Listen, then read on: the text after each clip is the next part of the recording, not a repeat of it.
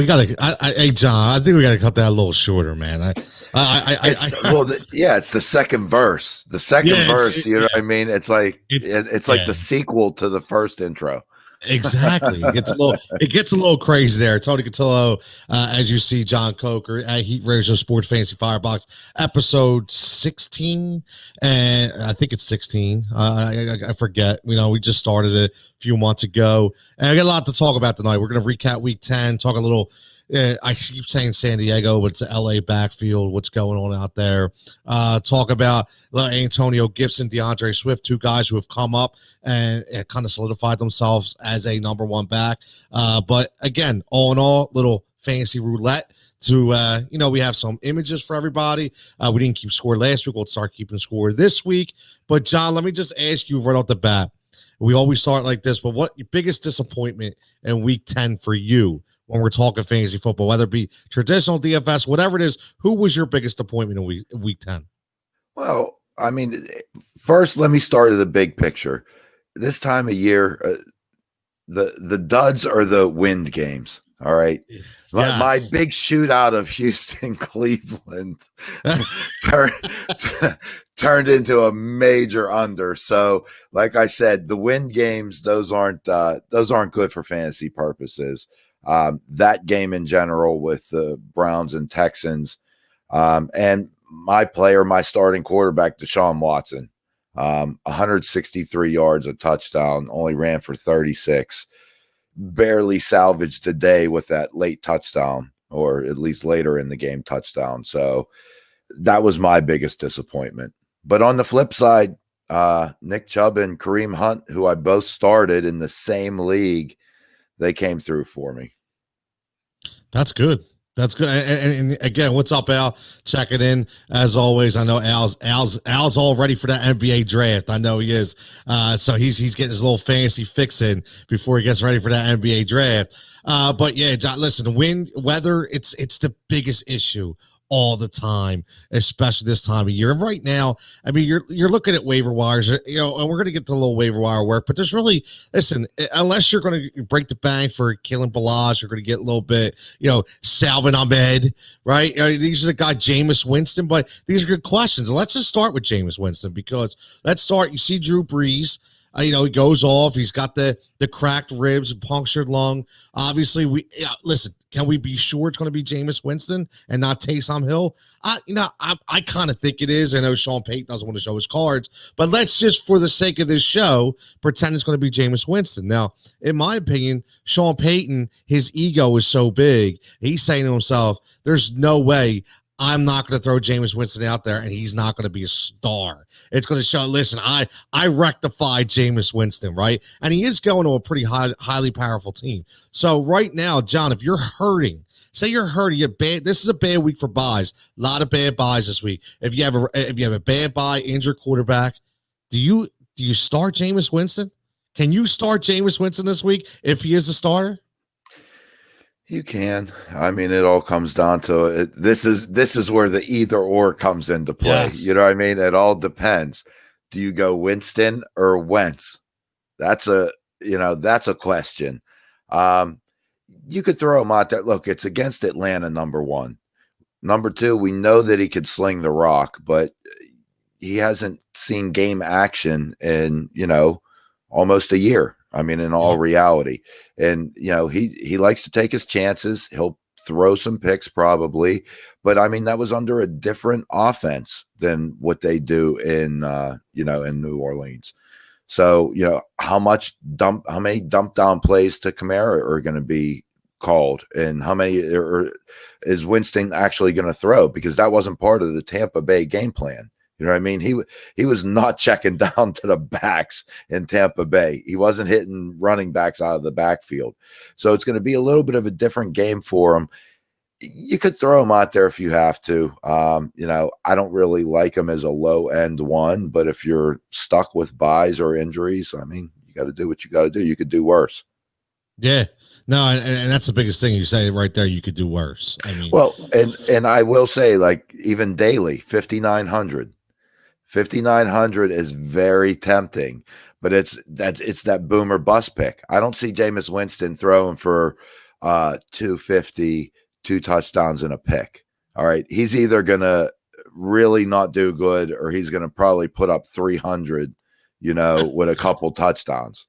Exactly. He's definitely boomer bust. There's no in between, James. You're right. And again, I want to see the betting odds on a LASIK, man. Did the LASIK work? I mean, you know what I mean? At the end of the day, this is all about the LASIK. He got the laser surgery. He was blaming all the picks on the LASIK. So between the LASIK and Sean Payton, I don't know, man. Maybe he's reinvented himself. Who knows? But yeah, definitely has a better cast of characters out there, in New Orleans. And let's talk about I always say they're always going to be the San Diego Chargers to me, but the LA Chargers, and Anthony Lynn has thrown us all through a loop every single week out there, right? And we still have Eckler on his way back eventually. We don't know how healthy he will be, but Kalen Ballage, we see Ballage last year in Miami, and he has decent size. He has decent, mobility. He's very athletic and he's strong. He's underratedly very strong. So I'm looking at him going forward. He's got a couple good matchups. I mean, Johnny, can you trust this guy as your say, obviously not your running back one, but if you're running back two and you're hamstrung right now, again, it's a big bye week. But even with that being said, he got 73% of the touches last week. So, it's showing that he is the guy. Do you trust him? Do you trust Anthony Lynn to make sure this is the guy getting the rock? For this week, yes. You're playing it. This is almost just like Jameis Winston, but without the downside. Look, Ballage was named the starter. All right. So that's unquestioned. But you got the Jets this week. Eckler, I have a feeling I maybe week 12, I'm hearing that he might be back. So this is a one week rental. You know what I mean? You're not going to have I think when Eckler comes back, Eckler is the guy. Hopefully with this long of a layoff, he's kind of close to full health and not coming back at 90-95%. I don't know. I mean, it's been long enough. But this week, yes, and I think I'm playing against him. Like one of the worst teams in the league has like Kalen Ballage, and I forget somebody else who just happens to have like the great matchup, like that guy that he's not your 1, 2, or even 3 running back, but it just so happens that it all works out like this week. It's always the way, man. You know what I mean? That's always the way. It's always like that. And I do like Ballage in daily too at 5,600. I mean, to me, there's that number, man. Yeah. Right. It's that 55, 56, 5. I mean, that's the number right there. I mean, that's your magic number. And again, last week in daily, and we'll get to this. I didn't get to my biggest disappointment was Gabrielle Davis. Now, the reason why, and I had to go off again because people just don't understand with the way the DFS works. They have no clue. I got people, shooting in my DM say, "Oh, why would you start Gabrielle Davis? You got a 0." Like, yo, cuz, relax. He was $3,400 on DraftKings. He was my boomer bust guy because I spent all my money on studs. You don't understand how you have to, get into a spot where you formulate your lineup. So that was I had Dalvin Cook, right? I spent for Devontae Adams. I spent big money for these guys. So people don't understand. So for me, Gabrielle Davis, they give me a 0. Like, just give me a couple points. Like, he literally gave me a 0. Wow. Right? Yeah, you've been hit. You hit that well a little too many times. Yeah, I know. Yeah, I was riding on the Isaiah McKenzie and Wayne Gallman picks. You know what I mean? Well, you roll real deep. Like, I have a floor. Like, your floor is much lower. You're basically sitting at the craps table. Like, you're gonna hit 1 out of 3 weeks. You know what I mean? Exactly. It's like playing Darrell Williams. I mean, even though he's a little more expensive, you know what I mean? It's like all you need is that one game where he busts out for 60 yards and a touchdown, and it's like you're making money. Exactly.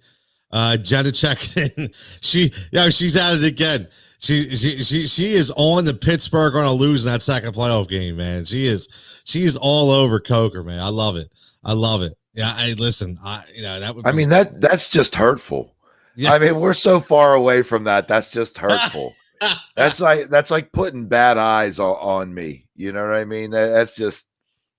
I love it. I I could even understand if it was this week against Jacksonville. I have something to say. Like I can't defend round 2 of the playoffs. Yeah, I mean, exactly. I mean, you know what I mean? We don't even know where we're at. Well, you never know though. You never know. There were some, there were some interesting storylines in week 10, and I don't want to spend all day on it, but for lack of a better term, you mentioned the Jaguars, and I gotta ask you something, because every year there's that fantasy player that, because of either where they play or where they were drafted, nobody really pays attention to, but they're actually having a pretty good year. And there's always the opposite, where you have the guy, we talked about him already, Lamar Jackson. Like, he's like a top 15 quarterback now, not a top 2. And people don't even realize that, because they don't look in between the stats, are so fixated on last year. And the reason why I mention that is the guy in James Robinson, in Jacksonville. John, tell me he is not the most underrated player in fantasy. What I mean by that is, like, the guy sniffs 10 points every week without even scoring in the end zone. I mean, he is as automatic as you get, and nobody talks about him. You never see him as like the number 1 running back of the week or the number 2 running back. He's always lower. Nobody talks about him. Why is he so underrated, and why don't people talk about him enough? Yeah, I mean, he's because he hasn't really had those explosive games. He's just slow and steady. Like, if you get a bonus for 100-yard games, he hasn't done you very well. All right, and there are a bunch of leagues out there. Yeah, so I mean, he's just sitting there slow and steady. He's getting the volume. He's catching, you know what I mean, average of probably 3-4 balls a game. So he just chugs along, peck along 20, 30 yards receiving, throw in 4 catches. All right, that's 6 points there.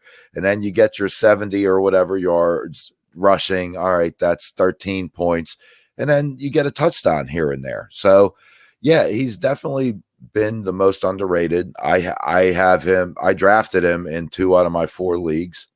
So it was right. Drafts were right when I forget. There was the one guy that got put on the COVID list. The other guy got put on the IR, and they're slipping my mind. And then they released Fournette, which opened the door. It was clear that it was James Robinson. So you pick him up in those late rounds in the draft. That's why you got to pay attention, especially that last week going into your drafts. Man, that's the biggest week. I don't care. You could prepare for a month and a half. If you don't pay attention to that last week, you're done.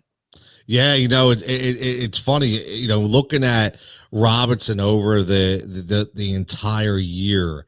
And the guy you're talking about is Raquel Armstead. But yep. That's a guy you were missing. But listen, he's not a guy who's going to be your running back 1, because he's not flashy, right? And he's definitely an RB2. I personally don't think he could be an RB1. And the reason for that, 3 games over 20 points. That's it. All his games are 13, 15, 15, 10, 14. And I'm sorry, but if you're talking DFS, a little different, because depending on what his number is. But if you're talking traditional, he's only a running back 2. But I just think he's underrated in the sense that he's steady. Even though he's slow, he's steady. And I think just because he plays in Jacksonville and all the issues they have out there, nobody talks about the guy. It's simple as that. But think about this. Like, he's probably going to get 1,100 yards rushing. He's probably going to end up having 8 rushing touchdowns. He already got 5. You know what I mean? He's already has 30 catches basically for 200 yards and 2 receiving touchdowns. So add another 10 catches, add another 100 yards. I mean, you look at this guy, and if you say a running back, 1,100 yards, 8 rushing touchdowns, 40 catches for 300 yards and 3 receiving touchdowns. So 11 total touchdowns, almost 1,500 yards in a season. I mean, look, slow and steady, but he may be a fringe number 1. Like, I hear you. I don't feel good about it. I don't. But when you put it in those terms, like, it's quite possible. You're right. It is. It's very possible. It's very possible. Now, Jen is checking it. She wants Elliott or Mixon for my flex. Now, yeah, that's a tough one right there. I know, Well, Mixon's first week back, right? I don't think Mixon's going to play. No, I know he was. It's so hard because it's Wednesday. You don't know. A lot can change. Well, while you're looking at that, she says Watson and Michael Thomas and Waller need to get their crap together. Listen, Watson just got hit by a bad week of bad weather. I mean, it's as simple as that. His receivers dropped a lot of balls. Michael Thomas, listen, last week what happened, in so many, it just everything hasn't fallen together right for Michael Thomas and Darren Waller. I just think that they're trying to spread the ball around so much, and Gruden.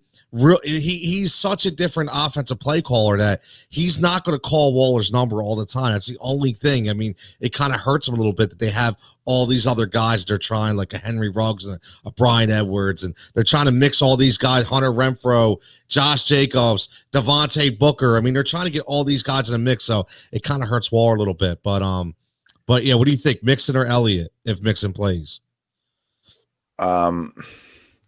See, you said if Mixon plays. I still don't think Mixon's going to play. He hasn't even practiced yet. He hasn't practiced since week 6. Like, I understand it's Wednesday. I understand there's a couple days. I think I already got Gio Bernard in my daily lineup. Yeah. Because that's kind of the way that I'm leaning. And I actually made a trade in my season long to get Joe Mixon and Gio Bernard. Right. The trade deadline was Monday night.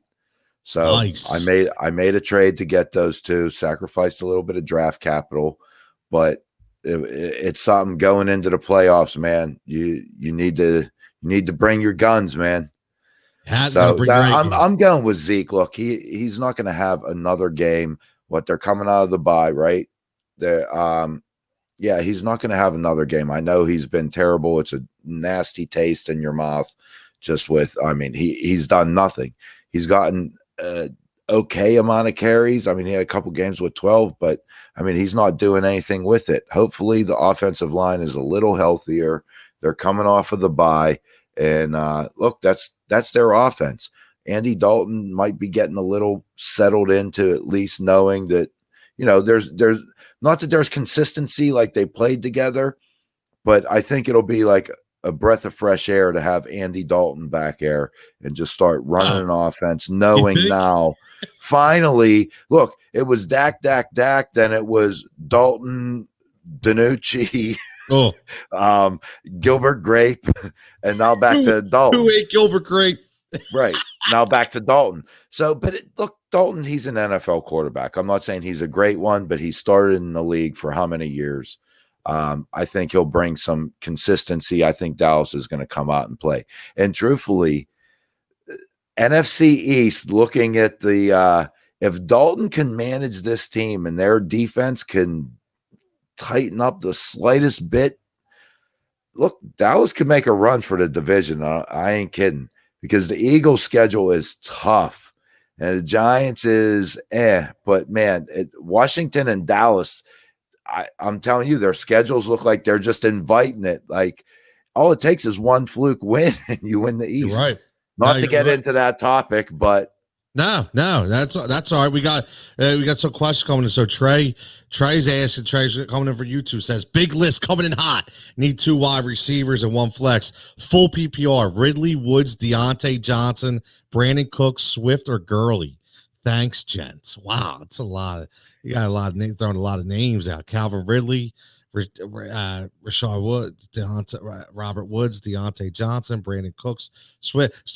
To me, Swift is a must 100%. We're going to get them later, but John, I'll let you take the other. But Swift, to me, Swift is a 100% must going forward. I'm all in on DeAndre Swift. I'm on that wagon. I don't know. Go ahead, John. What do you think? If Ridley plays, he's definitely in. So it's the foot injury question. Right. That Rick told us about live on our last fantasy episode. Yeah, remember that? Yeah, I remember because he reminded me like a day ago or something about it. He was coming in hot with that. Yeah. So no, if Ridley plays, he's in the lineup, no question. to me, I would say it's Deontay Johnson. Woods has just not been performing. If Ridley's out, I'm going Deontay Johnson and Brandon Cooks, I think, over Woods. I think I would do the same thing. I mean, and truthfully, I'm a Woods proponent. I've always liked Woods. I thought his touchdowns would rebound a little bit, and he hasn't been getting the volume. I mean, and even when he does, he hasn't been doing much with it. So, well, you got a couple things going on too. With the Rams, you have the rise to the fantasy football stardom in Josh Reynolds, because you have Cooper Kupp, who's playing a little injured, and Robert Woods isn't kind of the guy. And a lot of the looks are going to Josh Reynolds. I mean, this is what it is. So, it's something to be taken for. And I agree with you, Deontay Johnson. Brandon Cooks, besides last week, he's been really consistent over the last 4 or 5 weeks. So there's not going to be wind like that this week. So I'm with you, man. I would do the same thing if Ridley plays a must, but if not, you go Johnson, Cooks, and Swift. Mark it up. There you go. Jenna checking in again. She says, Duke Johnson, is he going to do anything in that backfield? Very, very interesting. Well, it's his backfield. They put David Johnson on the IR with a concussion. Yeah. I mean, I just, I was doing a little reading up. I'm not on it 24/7, you know what I mean, every day. I do have a job and a life, believe it or not. No way. So they put him on the IR for a concussion. Well, look, it's his backfield. I mean, I know he's questionable. I think Duke will play. The question is he going to do anything with it? You're going against New England, I believe, is who they play. You don't know what the weather's going to be again. But I think you play him. I mean, it's his backfield. You play him. I'm not. You talk about volume all the time, right? Yeah, and he was the pass catching back. I mean, for multiple years. So I mean, I consider him a flex play, not necessarily a number 2, but. Yeah, I mean, depending on your options, I mean, I'll run with them at least as long as David Johnson's out. And don't get me wrong, there could be some fluke thing now that they put him on the IR that they all of a sudden look. Buddy Howell has run the ball for them before, and they got and they got CJ Procise. I don't know if they're going to try to resurrect. The Houston backfield is very similar to I feel like the Seattle backfield when Carson goes down. It just are like they just bring guys in and nobody does anything. They're like the replacements. That's all. Yes. They're like the replacements. Yep. Our good buddy Brian Kilpatrick checking in on Facebook says, "What's up, guys? Great show. Debating which quarterback to start this week: Russell Wilson or Aaron Rodgers." That's a really tough one because you got the Seattle Arizona rematch. Right, we remember how good that was the first time around. That was the Tyler Lockett 3 touchdown game. Remember Patrick Peterson shutting down DK Metcalf. So that's a very, very interesting one, man. Very interesting. Russell Wilson has not been on his A game as of late. He really hasn't. He has not looked good. Looks like he's trying a lot more than he was. But again, Aaron Rodgers going against, and John, go to you next, but Aaron Rodgers are going against a very, very good Indianapolis Colts defense. But it is Aaron Rodgers. At the end of the day, it's Aaron Rodgers. But for my money, I'm going Russell Wilson because I think this could be a game for Green Bay where they decide to run the ball a lot more than usual. I think they're going to have hard press on getting the ball to Devontae Adams like they've been. This is a really good defense, especially in the secondary and across the linebacker position. So, I would go Russell Wilson against Arizona. What do you think, Joe? Well, if you have to say who is the NFL MVP today, who is it? I mean, you might get a Dalvin Cook. I don't know if it's still Russ right now. That's the thing. Maybe not. So if it's even questionable, are you going to bench the questionable NFL MVP going against the Arizona defense versus going against Indianapolis is in one of my leagues is the top defense fantasy wise for the year. So look, you don't play matchups unless it's guys of similar caliber. So you have one going up against the Arizona defense, which you would think it would be a semi shootout. Neither of the defenses can really do anything. And, you know, look, Russell Wilson is not going to have too many games in a row where it's subpar. All right. Exactly. Look, you and I don't even know who he actually played. I don't have it up in front of me. But look, the matchups are things. You get into a rut, you have a bad game. I will tell you what, Russell Wilson is still a potential MVP. He has the better matchup. So if you're giving me two like for like players and one's going up against the top 5 defense, I'm taking the other. So yeah, I'm with you. Give me Russ. Yeah, I'm with you. I go Russ as well. You just have to do it 100%. Boy, from YouTube, I'm not even going to listen. I am not even going to try to pronounce this, my man. I apologize. We're just going to call you T.O. Okay, so T.O. says, okay, at flex, Harris, Reynolds, Antonio Brown, Chase Edmonds, Michael Pittman Jr., Jerry Jeudy, Jalen Reagor. I have Hyde at my running back 2 spot, or should I change that? And he says, just so you know, Hyde last time when Carson was out got 15 carries. So he's letting us know, just so you know. So we know the stats here. So, wow. Like, that's a lot of names at flex right there, man. So we're picking one of these guys? Is that, am I reading this right? Okay, I guess. I mean, I guess he's saying he's starting Hyde as run back too. Unless we think otherwise. Unless we want to put Edmonds there. Maybe he said, we want to play Chase Edmonds or Damian Harris. That's the only thing I could think of. Harris would be the one that I would possibly against Seattle. Play there. Oh, wait, no, they don't play Seattle. Houston. Who do they play? Houston. And they're not stopping anybody. Yeah, I'm scrambling with so many names to look at. I mean, all right, I'm just going to run through them. All right. And then we'll figure it out. Harris, look, he's probably going to rush for 80 to 100 yards, maybe no touchdowns. He doesn't get catches out of the backfield, a la Sony Michel. So high floor. Reynolds, I don't really trust him keeping this up. He's the number 3 receiver. And even though that he's had a lot of targets recently, and last week the most recent one is the one where he had put up the most points. That's what's in your mind, but I don't feel comfortable starting Reynolds. It's the same situation as the Pittsburgh receivers. You got Claypool, Juju, and Deontay Johnson. You have Evans, Godwin, and AB, and it's a crapshoot every week.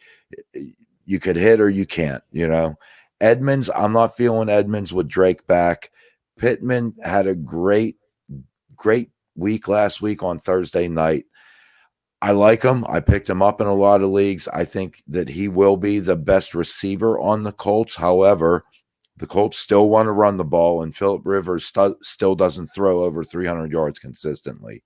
So if Jeudy plays, I think he may be the play because he seems like he gets the volume. The only thing is you got, I believe, Rippon back at quarterback this week because Locke's probably going to be out. Reagor is not a question. So if Chris Carson is out and it's Hyde's backfield, I guess you play him. I mean, Jeudy, if he plays, I would say would be the next guy. AB and then Harris. Reynolds, Edmonds, Reagor, and those guys are out. And I would say Pittman would be the last of those 4. Yeah, it's a lot of options right there. Literally, it's a lot of options. I'll go Jeudy, Harris, AB, Pittman in that order, and keep Hyde in at number 2. Yeah, I kind of like that. I would keep Hyde in there, and I like what Jerry Jeudy has to offer. I mean, obviously limitations on the quarterback. That's all you could say, especially this week. Even though Rippon wasn't terrible, but Judy's just he's got some freakish athletic ability to me, and with his size and his strength. So, but yeah, I'm with you. I mean, that was a good breakdown. T.O., hope we helped you out. See what you think. Let us know. Scott, what's up? Scott checking in, says, "We'll take it, guys. I'm already in the playoffs and looking for." He's already bragging. Nice. Already in the playoffs, right? Love he should be giving us advice. Exactly, because I'm not. I'm fighting for a playoff spot here, right? So we got PPR league. I've Murray and Zeke, and they have a difficult schedule from weeks 14, 16. Would you trade those two for Big Ben and Henry? Henry has a cakewalk schedule those weeks. I see what he's saying, because I'll tell you what, Derrick Henry is going to win somebody a fantasy football championship because of his schedule for the fantasy playoffs. He's definitely going to do it. There's no doubt about it. But I don't know. I mean, do you make that deal? I love Kyler Murray. I don't know how I'm giving up. I'm thinking, in all honesty, I think Kyler Murray is such a better quarterback than Big Ben. I know you're cut your losses to get Henry to upgrade over Zeke. I just think Zeke, you alluded to it earlier with Andy Dalton coming back, the offense will get a little more acclimated. I think Zeke will turn it around a little bit for fantasy owners, and I think I would keep Murray and Zeke. What do you think, John? Yeah, to me, it's too much of a drop from Murray to Ben. And, yes, I like Henry better, but once again, it's human nature to have a recency bias. Okay. And recently Zeke has not been good, and there's been a lot of turmoil, and I'm not saying that the Cowboys are going to be a good team by any means, but I mean, they got Minnesota, Washington, Baltimore is the only tough one in week 13. I shouldn't say the only tough one, but Cincinnati in week 14, Eagles in week 16, and San Fran at home isn't even that tough in terms of a week 15 matchup without, with their depleted team. Yeah. I'm sticking Elliott and Murray. Yeah, I'm sorry. Me too. I have to. Well, and Henry is so touchdown dependent too. And that's the thing. He could be boomer bust. This isn't Dalvin Cook we're talking about. But right? Well, think about this. Just purely simple. I mean, do you think that Henry blows Zeke away and rushing touchdowns the rest of the year? No. Right. I mean, no, not at all. If it's 5 versus 7, but Zeke is going to catch 20 more passes, you're talking a PPR, you know what I mean? Then right. Henry will. And if the yardage is similar, no, you don't make a deal. Yeah, I think you ride your success, you keep it going, and you'll be all right. I agree. Zeke is not going to be worse than he's been recently. Exactly. He's not. He's definitely not. Keys checks in on YouTube. Hey, I have Kirk, Hill, J.D. McKissick, Zeke Elliott, Ballage, Brandon Cooks, Al Lazard, Harrison Hines, 2 running backs, 2 wide receivers, and 1 flex league. I also have Pittman and Myers available on waivers if needed. All right, so basically we just have to set a lineup. Yeah, so I think we're setting here's my roster. Set the lineup. Yeah, I think this is a lineup setter right here. So, all right, so I'm assuming Christian Kirk out, Tyreek Hill in. Yes. J.D. McKissick, 29 targets in 2 weeks. Well, let me start here. Elliott and Ballage are in. Do you agree, Tom? Yes, I like that. Yes. So those are our 2 running backs. Yep. Hill and is your 1 receiver. Hill and Cooks are in as our 2 receivers. Yes. All right. I'm not counting on Lazard. No. We don't know if Hines is going to redo what he did, because that backfield still is a mess. I like Jacoby Myers. I like Myers too. I do. And I like Pittman. I also like Pittman. I like Pittman too, but I really think truthfully, I think Jacoby Myers has the upside to be a top 20 wide receiver the rest of the way. I I really like do. that. I like With the that. target share that he's been getting, look, okay, Edelman's coming back, eventually. I mean, he got bone on bone in his knee. All right. And even when he played, I had him as my number 2 receiver, and he did nothing all year. No, and then got hurt. Cam Newton's not looking at that guy.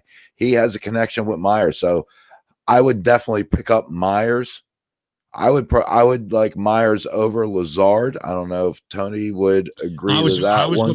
I was actually, before you even said that, that would have been my move. I drop Lazard and pick up Myers. Well, I would have Christian Kirk gone first. Really? Yeah. Well, not necessarily first. I go Myers for Lazard. Kirk and Pittman is kind of a flip. Yeah, in terms of rostering. I'd rather have Pittman over Kirk right now. So, all right. So then we add Pittman for Kirk. We add Myers for Lazard, and then we need a flex. And it flexes between Myers, Pittman, Harris, Hines, and McKissick. You're probably going to go McKissick. I'm anti-McKissick. You're anti-McKissick. I love McKissick. I do. He just seems to be. Listen, for that team, they're relying on him to do a lot. I know they have Antonio Gibson, but listen, every time you look around, McKissick is there. But I think my flex would be Myers. If you're picking up Myers, my flex would be Myers. I think he's getting, he's steady. Last 3 weeks, he's steady, 9-10 targets. He's getting the catches, and New England's starting to find a groove a little bit, and that's one reason why, because Cam's playing better, and Jacoby Myers is a recipient. So that's what and they're playing Houston. So if Deshaun Watson actually puts up some stats, that Houston offense reminds me of Tampa Bay last year with Winston. It's like just chuck the ball. We're not going to run. We're just going to chuck it and try to come from behind. Right. No, 100%. 100%. So, yeah, I hope that helps you out. Let us know how you make out. Let us know how you make out. Definitely. Listen, before I get into to play a little roulette here, fantasy roulette, which everybody seems to like, and I think it's pretty fun. DeAndre Swift. John, I talked to you about this because you remember, I mean, we go back and we took every division in football in the preseason on the Fantasy Firebox, and we broke it down. DeAndre Swift was the one guy we were both intrigued about, but the question was always, can he be that guy? Can he be the number one guy? I'll be honest with you. I think he put on some weight, and what I mean by that is, he's been in the gym. He looks a lot bigger than he did in Georgia. I just think he looks bigger. And I think for me personally, I really, really like what he's been doing out there in Detroit. I knew that AP was only there. I said this today on my fantasy hit on the Gambler, that he was there so DeAndre could learn the playbook, could learn how to protect the ball, and learn how to protect the quarterback. Once they were comfortable with him being able to do that, he's been going from getting 5 carries to 15 to 16 to 17. This is the number one guy going forward. And I'll tell you what, John, here goes one of my crazy. Here we go. The jigsaw getting crazy. John loves these things, okay? But I'm telling you, if we look right now, if I say the last 2 weeks, so say from week 8, halfway the season, if you just take that sample size, I think DeAndre was a top 5 running back for those 8 weeks, in my opinion. What's your thoughts? For the next 8 weeks? So I'm saying if you take the 8-week sample size from week 8 to week 16, just say, because they just add 8 games in there, right? Or week 17, I'm sorry. I say he's a top 5 running back. Not 1, not 2, not 3, but he's going to tinker between 4 and 5. I think that's how good this guy's going to be. You agree? No, that's too aggressive. Wait, when did you ever know me to be too aggressive? Well, yeah, exactly. Well, of course, that's why it comes out of your mouth, not mine. But think about that. Well, he could be. He got to do everything right. He everything has to fall. Look, the chips got to fall there. You're talking game script got to be right. I mean, are they going to use them in goal to go to situations? I agree. The skill set's there. They're starting to give him the ball more. He's still catching the balls out of the backfield. So I agree. All the signs are pointing up, but I mean, to be top 5, I mean, top 5 means you're getting 5 catches for 50 yards every week, a touchdown every week, and at least 80 yards every week. I don't think he's in that echelon yet, but yes, I feel that he can be a solid number 2 for the rest of the way. But once again, you talked about the 8-week sample size you're looking forward to. It's a 2-week sample size of what we've seen. I agree. I like everything we've seen. Well, wait a minute though. I'm gonna punk you here a little bit, okay? So if we're looking at full season, full point PPR leagues, full season from week 1 on, DeAndre Swift is 13th. Okay, but we look at the last 5 weeks, DeAndre Swift is 4th. If we look at the last 3 weeks, DeAndre Swift is 5th. So I'm telling you, this is what I'm saying. That's consistency. That's more than a 2-week sample size. That's like a 5-week sample size. Okay. So again, this guy's going to keep getting better. That's the crazy part. He's going to keep better, and he's only 30 points away from the number 2 spot in fantasy for running backs overall for the season, John. What do you think about that? That's how good. Again, underrated, right? We talk about underrated. And again, because he was getting a lot of catches. He was getting a lot of catches, and that's what we talked about. Remember when we talked about when we did the preseason? The guy's got 31 catches. He's got 40 targets. And what's crazy is he has 40 targets. Alvin Kamara has 80. That's how good Kamara. Well, and that's why that's the difference between top 5 and and number 1, man. Well, and we always say touchdowns are. There's a lot of luck in touchdowns. It may look for some players, he got 6, so he's on pace for double digits. I mean, I think a 10 touchdown running back is about what he is. And I'm not saying 10 on the ground. I'm saying 10 combined. And he'll end up putting up 1,400 yards a year. I mean, I see him as a low end, I'm saying moving forward next year, I could see him being a low end 1, high end 2. It's crazy, and not to get away from DeAndre Swift, but when you look at this, right, you break it down and you start saying, for the season, just how big of a season Alvin Kamara is having. Like Dalvin Cook, what Dalvin Cook has been able to do, Dalvin Cook's already at essentially 1,000 yards. He's rushed for 954 yards. So just say he's at 1,000. Okay, Alvin Kamara has only rushed for 486. But the C-Week Dalvin Cook has exploded, except for last week. Chicago kind of shut him down a little bit. But the 2-3 weeks before that, he was on a mission. He's still 40 full points, 44 full points behind Alvin Kamara for the top spot in fantasy. That's how good Kamara's been. John, 70 catches. He's 67. Just say 70. 650 yards. I mean, it's insane. Listen. He's definitely going to get 1,000 yards receiving. He's going to get 1,000 yards receiving. There's no doubt in my mind he's getting 1,000 yards receiving. I mean, that is unbelievable. 110, 120 catches.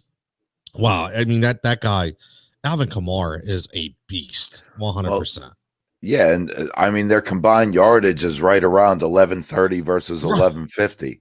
You got 13 touchdowns versus 11 touchdowns. Yes. You know what I mean? The difference is 67 catches versus 20 catches. Ain't you know that what I mean? crazy? If it's a non-PPR, which, but they're still competitive, even in a non-PPR. I know. You know what I mean? They flip-flop with Cook, taking the better spot. But, I mean, they're still, both of them are so far above and beyond everybody else, it's not even funny. It's not. It's really not. I mean, Derrick Henry, I understand he has the yardage. He just doesn't have the week-to-week consistency. He never does. That's the only problem with Derrick Henry. He gives you those huge games and then those big letdowns. It's always the same. It is. It's a shame. And the receiving, I'm in a PPR, it makes a difference. He has 11 catches on the year. Yes. I mean, I'm just looking at the top running backs. The next guy that is that's in the teens or lower is Todd Gurley. You know what I mean? And that's at like probably number 11. And scrolling down, the next guy is Darrell Henderson. So that just goes to show, and he's probably down at 25 or 25. So you got to catch the balls in this day and age for fantasy. Like, that's the bottom line. Either that or you have to be Derrick Henry of last year and score so many rushing touchdowns to make up for it. That's the only way. And you and I know you can't bank on rushing touchdowns. No. You get the difference between 12 rushing touchdowns and 16 rushing touchdowns is simply game script. Yep. Or nonsense, even though that makes up 24 points of fantasy relevance. You know what I mean? Like, you can't project that. No, never can. I mean, it's as simple as, Drew Brees gets knocked down at the, Drew Brees passed Emmanuel Sanders and he gets knocked down at the 1. There's a touchdown for Kamara. I mean, like, it's just, like you said, it's all game script. You can't rely on that number. And I'm sorry, but I have to bring it up as a Chubb owner. I wonder how many people lost their fantasy game because Chubb ran the ball out at the 1. A lot of people were heated over that too, man. I wasn't thrilled, but that's one of those things that I accept, and I almost appreciate, because that just shows me that my player is actually smart. Exactly. And I would rather have smart players on my team than dumb players on my team. So while he hurt me, and thank goodness it didn't affect the outcome, because if it did, I would have been very annoyed. Yeah, I'll tell you. You know what I mean? It didn't. There was a lot of people very annoyed, John. Trust me. Think about. I mean, would you say it's 100,000 people? Is that too many? That got burned by this, 50,000. I mean, think about how many people got burned by this. A lot of people got burned by this. And it's Chubb this week. I mean, it's been how many times? It's one play, the Des Bryant catch in the end zone, right? Yep. I mean, think about all these different. I mean, that's a little different. That's at least a serious play, but the voluntary, listen, man, when you, I mean, Brian Westbrook did it. Todd Gurley tried to do it. Remember, a couple of weeks ago, he just couldn't do it. He actually scored when he didn't want to score, right? So that was the adverse effect. That's what's funny, man. That's great. But let's look at DFS. We're going to go about another 20 minutes. We'll look at some DFS like we always do, and then we're going to do our roulette game like we do at the end. So get ready for that. And every week, like we do, we look at the top 3, top 4 positions: quarterback, wide receiver, running back, and tight end. We give you some of our picks, our locks, and then we give you those low budget guys. I'm a little more aggressive than John, which he has alluded to in the beginning, but that's okay. I'm a big boomer bust guy. And again, right off the bat, the number one guy is Lamar Jackson, $7,300. And again, I'll be honest with you, John, $7,300 compared to what the top guys have been the last few weeks. I mean, we've been talking $8,400, $8,500. So, no matter what, if you want to pay money for a top quarterback this week, this is the week to do it, only because it's not going to cost you as much. But I will say that the one guy I like at the top is Justin Herbert. He's playing against the Jets. He has been nothing but short of fantastic week in and week out. He really has. I mean, his lowest game is 19.7. Okay, that's his lowest game, and he's been 40s and 25s along the way. For 6,800, I'm going Justin Herbert's my quarterback lock of the week. What do you think? Yeah, I like that. I mean, look, I was on Herbert and Watson for the past probably 2-3 weeks, just riding the wave. You know what I mean? Yep. I don't think it's a bad play. For some reason this week, I didn't like any of these DFS values or play. Like every other week, there's just things that stand out. It's like, oh yeah, this is it. This week, for whatever reason, nothing was hitting me in the face. Like, this is obvious. And you said Jackson was the top. The one that I do actually runs into Sunday night. So okay. Well, yeah, everyone's different. But I actually went Mahomes at 7,900. Okay. I almost went Rodgers, and I'm looking at it and I'm thinking game, and I'm like, Mahomes is just going to put up stats. I was like, you know what? Kind of your concept of getting Dalvin Cook that you've said for the past couple weeks, that was my thing. I'm looking at everything. Yeah, Herbert, his value keeps. I was digging him when he's in the low 6,000s, but now he's getting up into that range where it's like, okay, Now we're expecting you to do good every week. You know what I mean? Yep. He's 200 behind Aaron Rodgers. You know what I mean? When we were just talking about, is it Aaron Rodgers or Russell Wilson? You know, so yeah, I like Herbert. Mahomes was the guy that I went with in the one that includes Sunday night. And truthfully, the other one, I went with Jameis Winston. I was just going to say, what do you think about Jameis Winston? I mean, 5,900. Yeah, it's Atlanta's defense is not that good. And that is a high-powered offense out there. We just talked about a guy, Alvin Kamara, with 67 catches. I mean, it's something to think about, isn't it?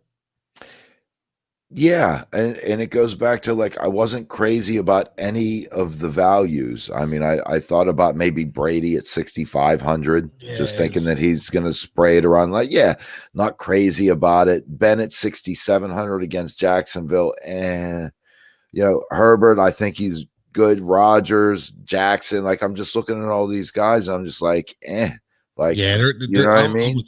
I'm with you. Matt Ryan, 6,300 against New Orleans, and I don't know, and I kind of ended up at, you know what? I'm throwing Winston in there, and I paired him up with Emmanuel Sanders, and I put in Kalen Ballage, and I said, and that's all I have. That's all I have in that lineup. I just went with these guys. I said, look, I'm rolling with them because I don't know what Thomas is going to do with Winston. Winston might take a couple shots down the field to Sanders. All he has to do is catch a 40-yard touchdown, and that pays for it. And if you think Winston's going to chuck the ball down the field, I mean, there you go. I mean, you put it in a larger lineup and let it ride.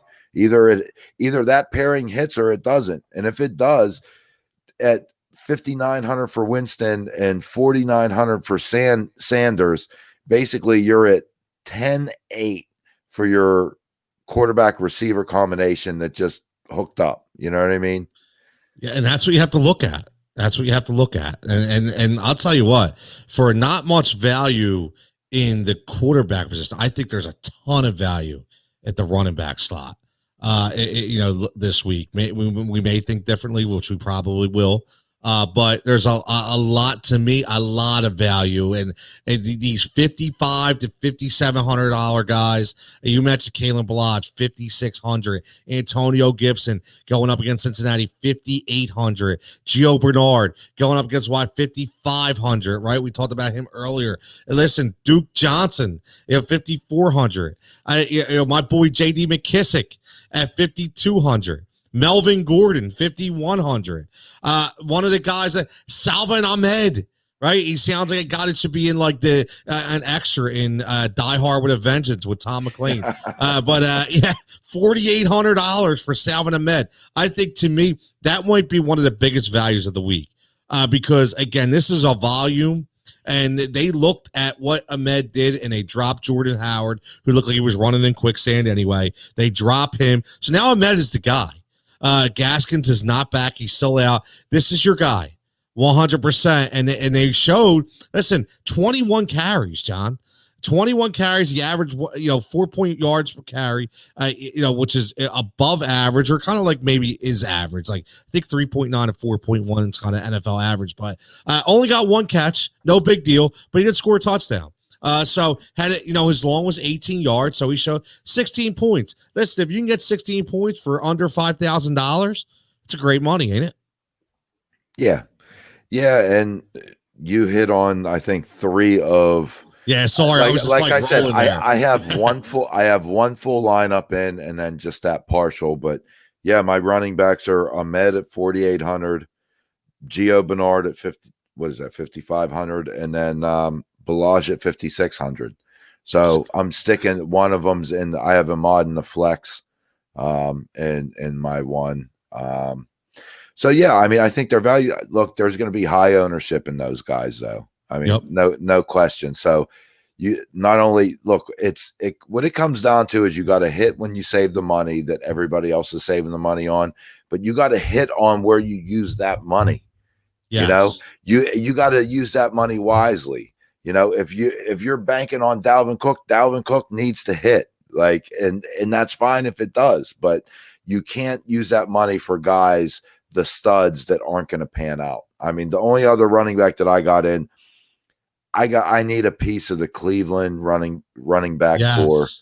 I went with Chubb at 7,000 as my number one running back. I like Chubb. I like Chubb. It's the Eagles, Town. Sorry. It's the Eagles. I'm with you. And I get it. And I agree. You have to listen. If you don't take Nick Chubb this week, you're crazy. Honestly, and again, for me, if you look at, I'm not paying $9,200 for Kamara. I'm just not. I love him. I know he's rock solid, but I want to spread the wealth, and I think that number is way too high. And one thing that I think is very interesting is you look at Christian McCaffrey, who I know is out. Yeah. Right, I know he's out, but here's the funny part. So they have Christian McCaffrey listed at 9,400, right? Even though he's not playing, saying that's what his value would be.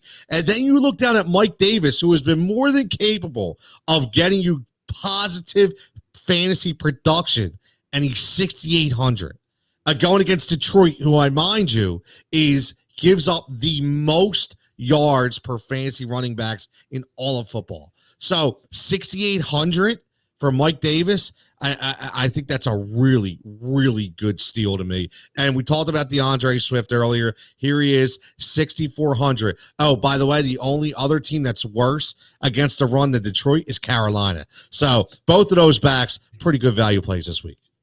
Yeah, I mean, Swift is getting up there at 6,400, and I'm just saying, look, he's getting up there where now, and that's why it starts getting to be a tough decision. Yes. Look, I hear what you're saying about Mike Davis, but as a Mike Davis owner, look, he was doing good the first 3-4 weeks in replacement of McCaffrey. The past 4 weeks for daily, 8.6, 8.7, 8.7, 8.4. And I'm feeling it. Like, I ended up making a trade. I got McCaffrey and Mike Davis. That was right when Mike Davis filled in, 85% of McCaffrey. So I'm feeling like, oh, yeah, as long as I have one of them. And then Davis just started doing what he's been doing. I mean, look, he hasn't been getting like volume in terms of carries. Like, he'll get some targets, but I thought it was going to be last week. Hopefully again this week he comes through. The one thing, and I'll bring up Dalvin Cook though at the same time at 9,000, who I got to ask a question to today. But Dalvin Cook at 9,000, I mean, that's pushing it, because I really think that Alexander Mattison is going to be a factor in that Dallas game. If they get up by a decent amount of points, look, Madison's going to get some work. I see Madison stealing 10 carries for 60 yards, even if it's in garbage time. Look, I'm not saying Cook isn't going to have a big day, but if he has 130 yards and a touchdown, is that worth the 9,000? I know. I mean, it's not really value at that point. 130 yards and a touchdown is not value at 9,000. You're right. And that's the problem. That's such a huge, you don't realize how big that number is, right? You plug that 9,000 in and you just drop to $4,100, and then you still have to file. File what? 1, 2, 3, 4, 5, 6, 7, 8 more spots. I mean, there's only so many guys that are value plays or boom or bust guys, and if Dalvin Cook at 9,000 doesn't give you 30 points, it's not a value to me. He's averaging 29. They're basing this number on his average. That's what they're doing. The guy's averaging 28.7, 29 points per week. So if he doesn't get you, John, what would you say? 5 to 7 points above that average, it's not a value pick. Right. You can't do it. Yep. Not $9,000. That's a lot of money. Yep. It's too much, man. And before we move off of running backs, just two other guys. Yeah, who you got? Gus Edwards at 4,500. Look, everybody, say what you want. Who's the guy that just seems to always just come through and get it? Look, he was a little bit injured, but like slow and steady wins the race. Ingram's out. Dobbins is flashy. Then he disappeared. There goes Gus Edwards just plowing along. You know what I mean? Gus boss. You don't have to do much to get value when you're talking 4,500. And the other one is Samaje Perine, which 4,400. Jets named him the starting running back. So what that actually means and what Frank Gore's role is going to be, I don't know. Are they going to be in a position to win the game? I don't know. Probably not.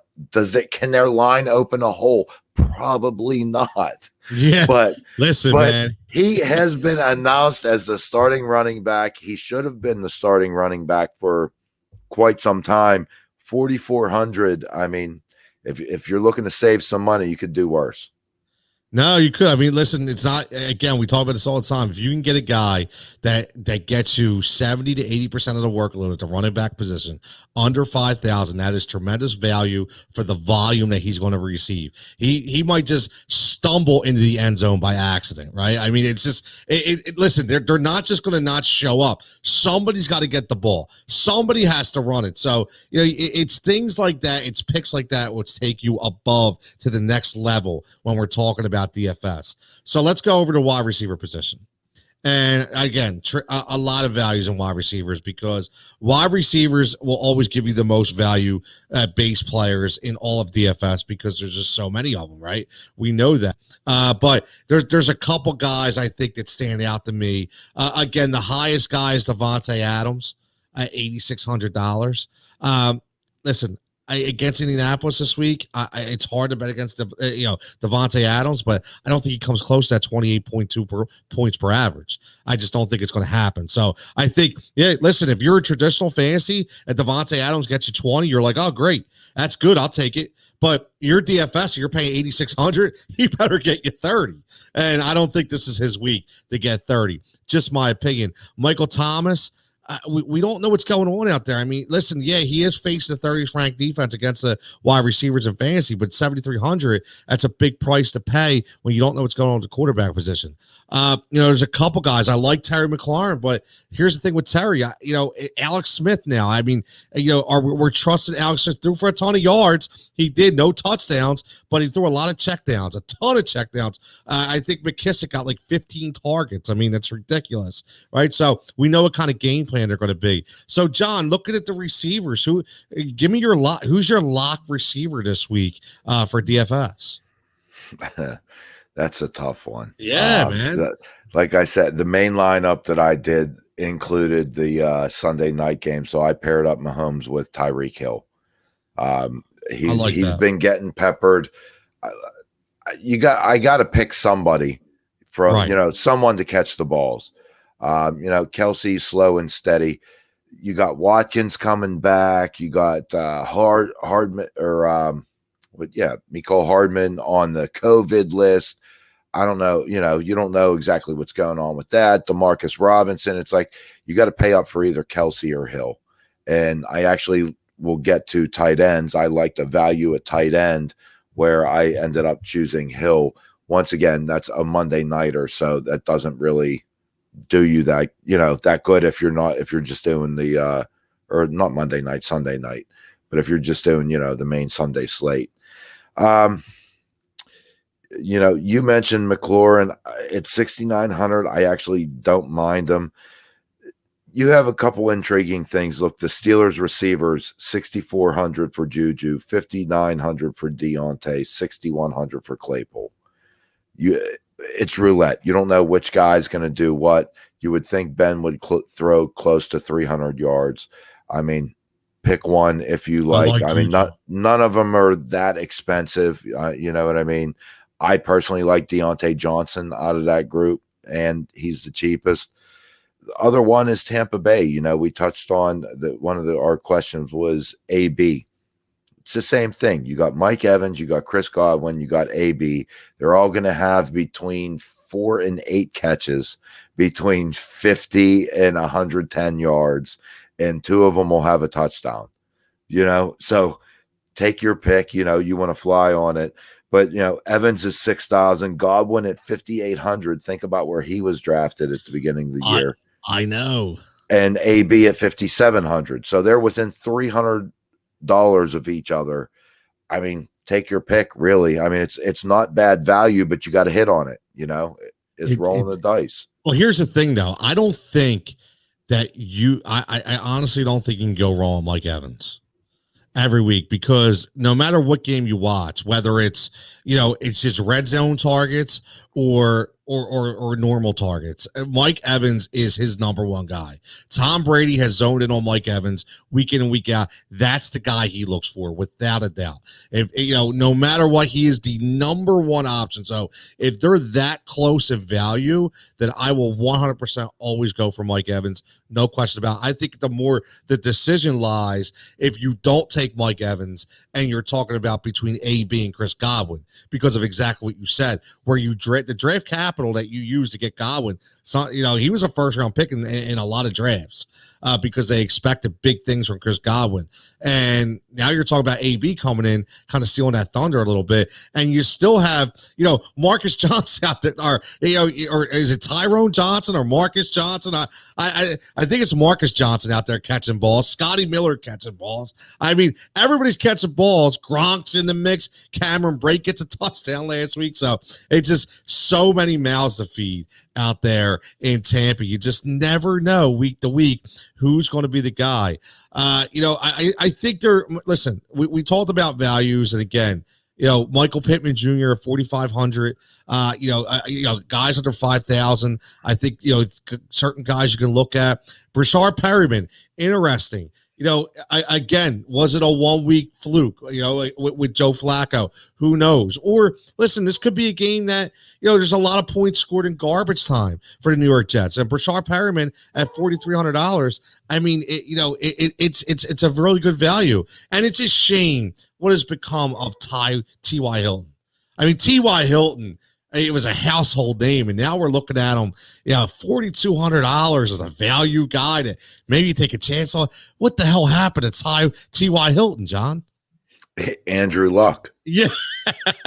That's what happened. Crazy, man. Such a shame. A shame. No, I agree. Such a shame. My values at receiver, Jacoby Myers at 4,900, and like you said, Pittman at 4,500. But you got Judy at 5,300 too. We already touched on him a little bit. 5,300 for what his potential could be. I want to pose a question to you. You're the host and always ask me questions, and I need to know, because I can't decide. Who the heck do you spend money on? I have a ton of sleepers. I could be like 7,000 under the cap. I want to know who to pay up for. So who do you pay up for? That, and I think that's like, I'm coming to this realization now that this is why I'm struggling this week, because it's like, I'll pay up for this guy. I know what I'm getting. I don't know who to pay up for. Well, see, I kind of did that the week before, and it kind of burnt me a little bit. And I had Dalvin Cook in the lineup with a big number at 8,400, and I decided to take him out and turn them into, and I talked about last week, and turn them into Chase Edmonds and James Conner, thinking, again, I don't want to pay out for Cook, but I think if I take these two guys at a lower value with a bigger boomer bust, I think maybe I can come out on top.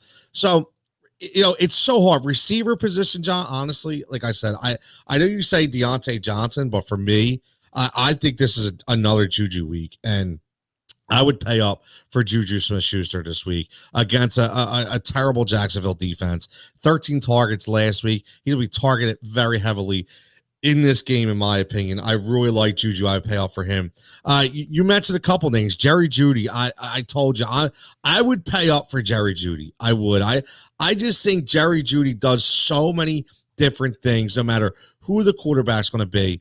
Listen, he's had 2 games where he's been, very lackadaisical, 5 points and 4 points. Besides that, he's double digits every week. He's getting the listen, that week 8, 10 targets, week 9, 14 targets, last week, 8 targets, even in a bad game. So he is getting the ball. Your boy Tim Patrick is getting the ball as well out there, but Jerry Jeudy's a guy that seems like he's really finding a way to get open. So if you're asking me, I pay off for Jerry Jeudy, and I pay off for Jacoby Myers. I definitely, I don't. Well, that's not paying up. I mean, it kind of is. No, but those are the cheap values. I need to know, do I go after a Keenan Allen? Do I just say I'm going Kamara?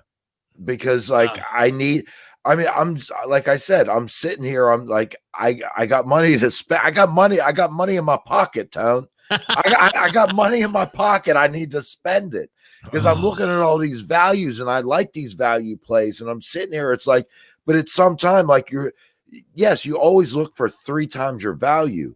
But if all those guys are at 4,000 and you're getting 12 points out of them, that's great. That's what you want. But you need some beef. So I'm struggling to find where my beef is.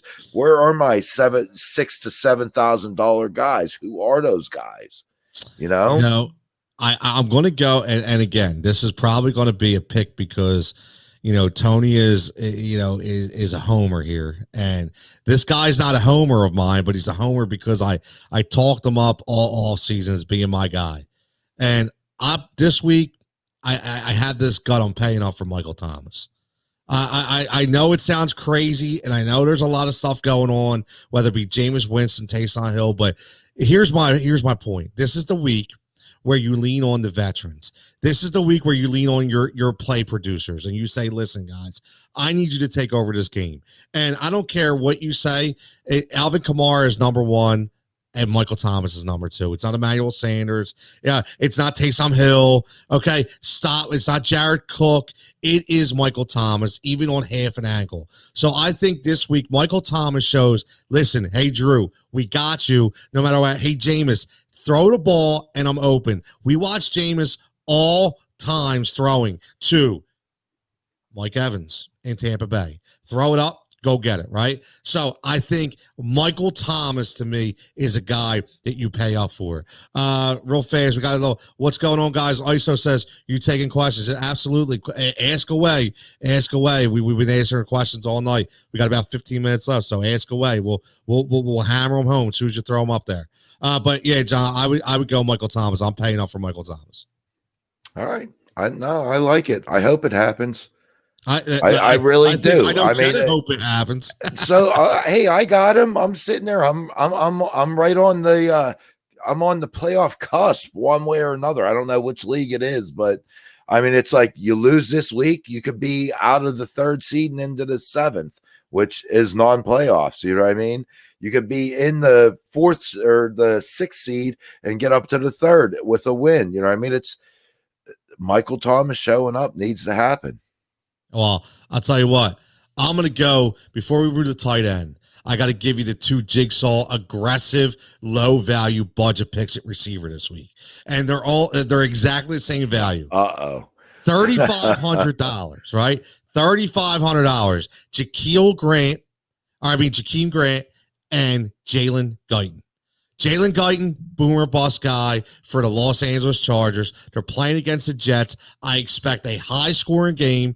Okay, he doesn't get a ton of plays, but when he does, they usually are long touchdowns. I think for that number, you get a decent week out of Jalen Guyton. And slowly but surely, if you're watching the Miami Dolphins, Jakeem Grant has become a kind of a go-to guy for Tua out there. They're really developing a nice rapport. He's averaging 5 targets each game that Tua has been in. Before that, he was only averaging 1 to 2. And he's caught a couple touchdowns as well. So again, $3,400 or $3,500. So again, before people start sliding in my DMs and telling me, I started Jakeem Grant, he gave me 2. Listen, $3,500 cuz I'm giving you boomer bust guys. I'm not telling them to start you as your number 1 wide receiver. I'm saying, listen, John's got money to spend. If he spends $7,300 on Michael Thomas, well, guess what? He's going to need a $3,500 guy because he's going to need somebody to fill in that roster. So I just think Jakeem Grant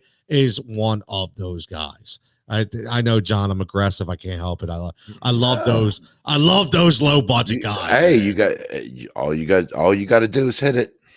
Yeah. I'm not gonna say anything with that, but it's a PG-13 show. But John, tell me, please, is anybody gonna have faith in taking the number 1 DFS tight end listed except for Sunday night, because I know it'll be Jason Kelce, but Mark Andrews at 4,900. We just talked about this guy.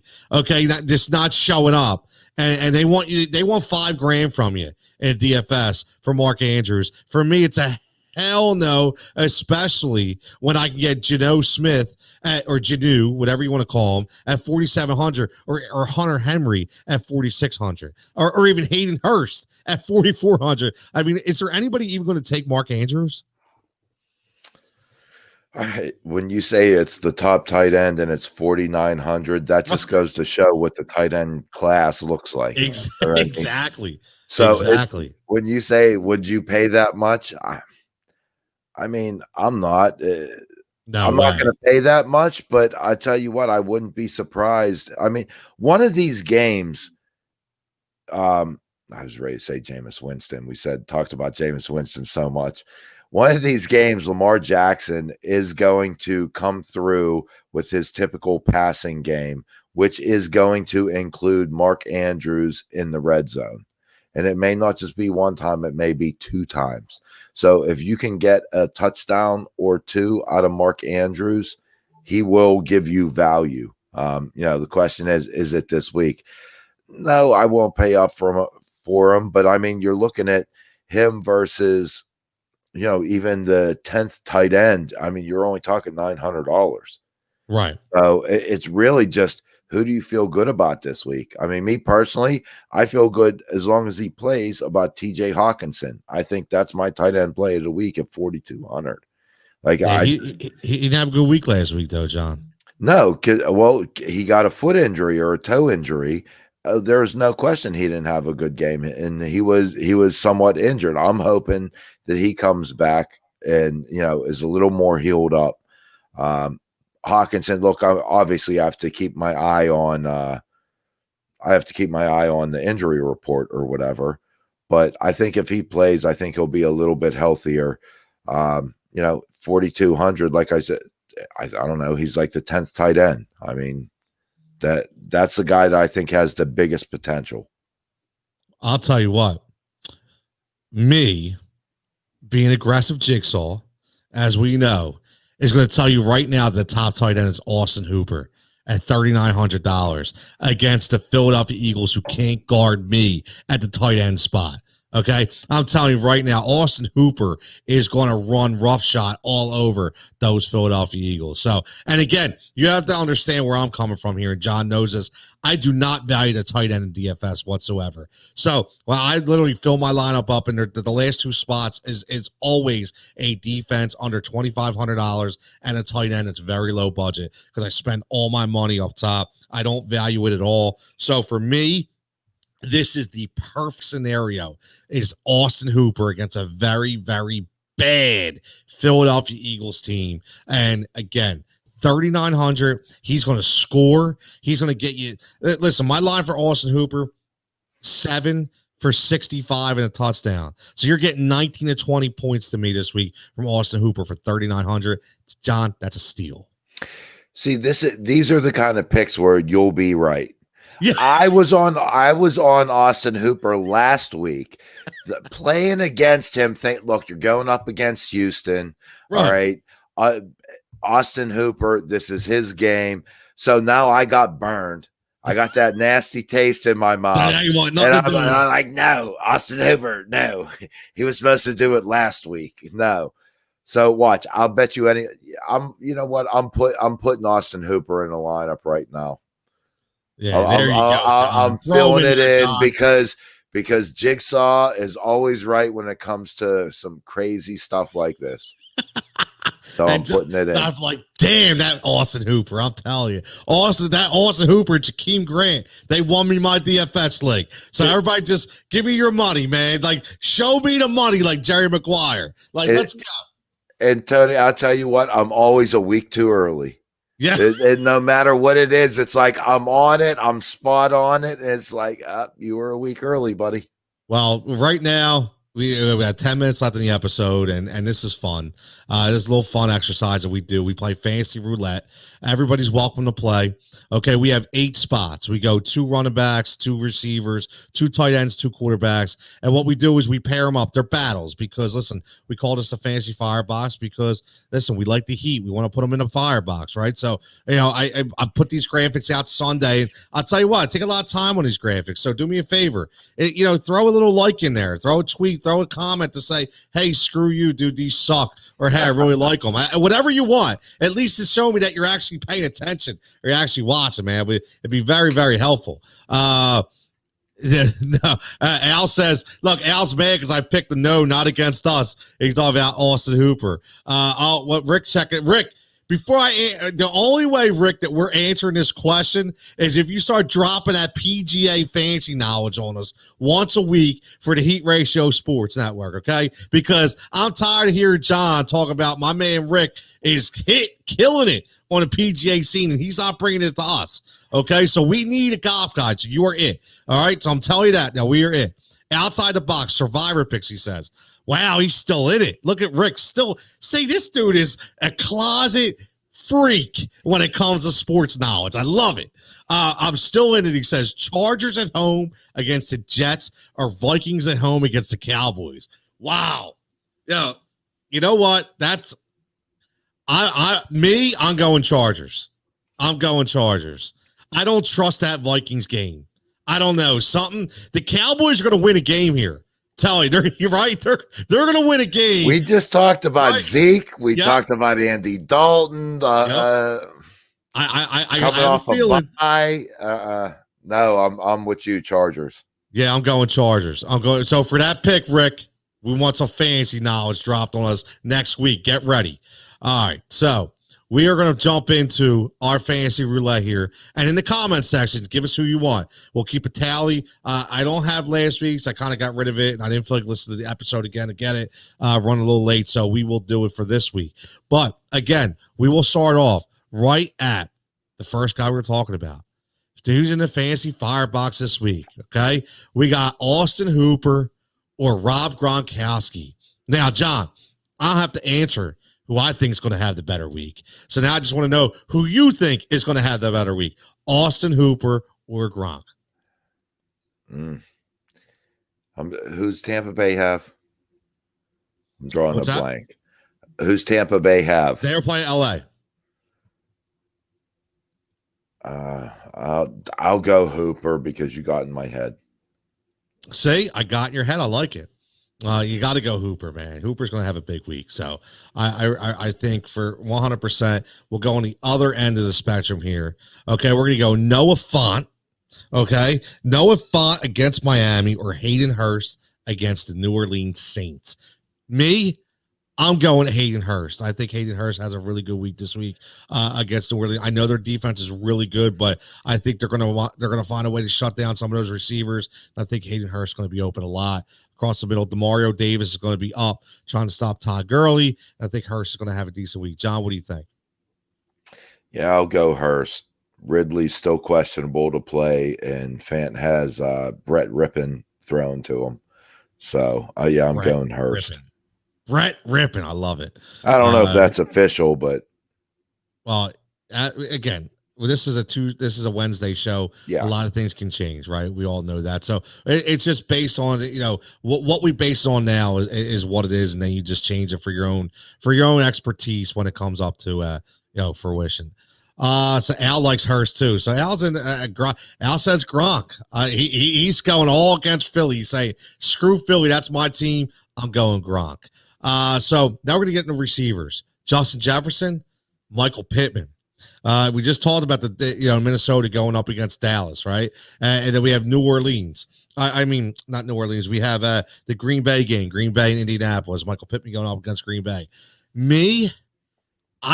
Listen, Justin Jefferson is a boomer bust pick. I don't know what's going to go on in that game. But threw a lot to Adam Thielen last week, 2 touchdowns. I'm not sure what's going to happen. I just think Dalvin Cook is going to run the ball a lot this week. I'm going to go Michael Pittman here. It's a little outside the box. I'm going to go Michael Pittman Jr. Yeah, I think me too. I mean, that's a smart pick. The smart pick is they gotta keep up with Green Bay in their running attack, even though that's their MO. Can't do it. And yeah, if Minnesota does get up on Dallas, there ain't going to be much throwing, let alone choosing between him and Thielen. And yeah, it's the Alexander Madison show in the second half. So I know where you're probably going here. I forgot to change the name. So don't worry about that. I know. I like that. Sorry about the Justin Herbert in there. I apologize. That should say Terry McLaurin. Okay. But Terry McLaurin, okay, and we talked about him earlier. Okay, he's going against Vegas, but he's going against Cincinnati. But here's the thing: we just don't know with the quarterback position what that's going to be. John likes Tyreek Hill already. I know he's got him in his DFS lineup going against Vegas, and I think that's going to be a huge game for Andy Reid because all the stuff going on with him and Gruden. So for me, I think there's no doubt about it's Tyreek Hill. Yeah, I'm with Tyreek Hill as well. Yeah, I did just acquire McLaurin though. I like Terry. I have not liked Terry until I'm looking. You know, the past 4 games he's been getting double-digit targets. Yeah, all right, and that was my biggest concern was his rapport with Dwayne Haskins when he was a starter. You know, and then Dwayne Haskins, once he got benched, then it's like, all right, well, you don't know because they were both where'd they both go? They were both Ohio State guys, right? Yep. So, I mean, you got to put something to that. Well, who knows what McLaurin's going to do with another quarterback? And you know what? They've been looking at him. He is their receiver of choice. So, but Tyreek Hill this week.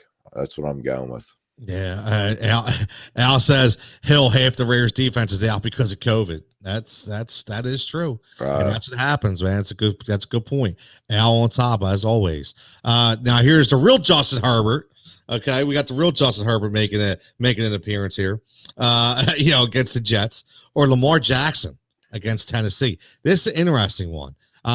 Me personally, even though we talked about this, Lamar Jackson is the higher rated quarterback in DFS. I'm going to go Justin Herbert. I just think this kid has been exceptional right now going against the Jets. They're a very bad football team. They've already waved in the white flag. And this kid, everybody talked about him not being able to throw. He could throw hard, just has no accuracy. He's putting the skeptics to rest. So I'm going to go Justin Herbert. Ditto. I'm going Herbert as well. We're agreeing a lot tonight. There's something wrong here, man. I know. It's not right. Maybe you've been brainwashing me or something. You're falling into the jigsaw hole. You better be careful. Lamar Jackson is not the Lamar Jackson of 2019. Plain and simple.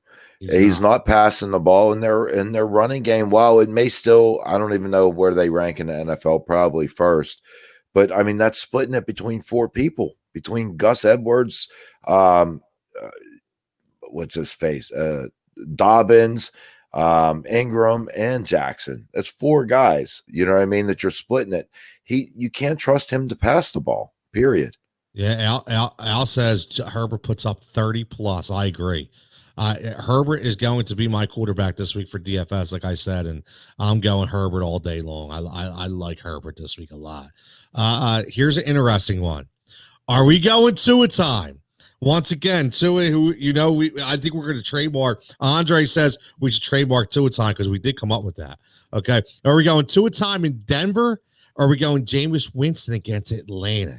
Here's an interesting one. I'm going to go Jameis Winston.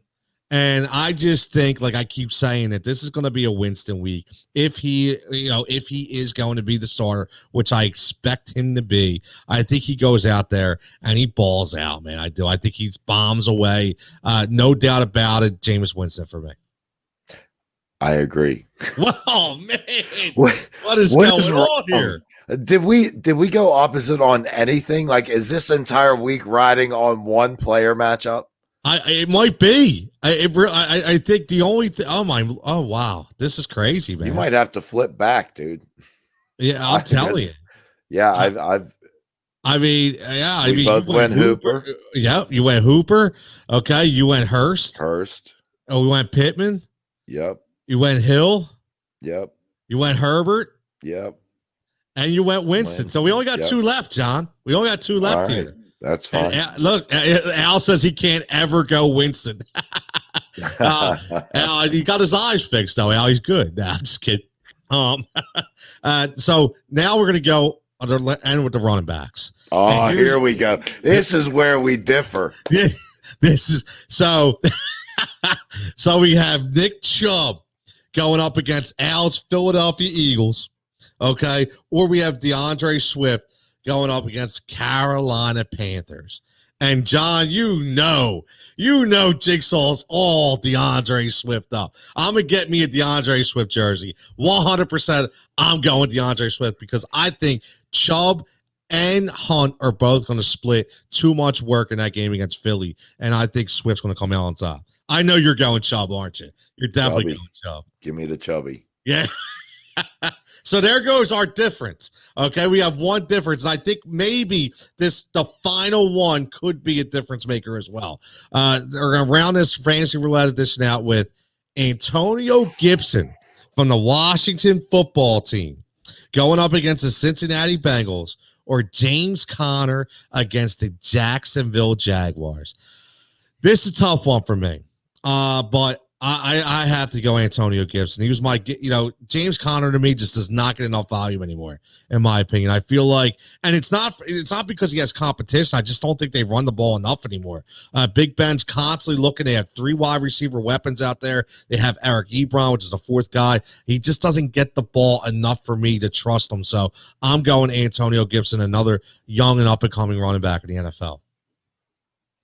Ditto. Whoa!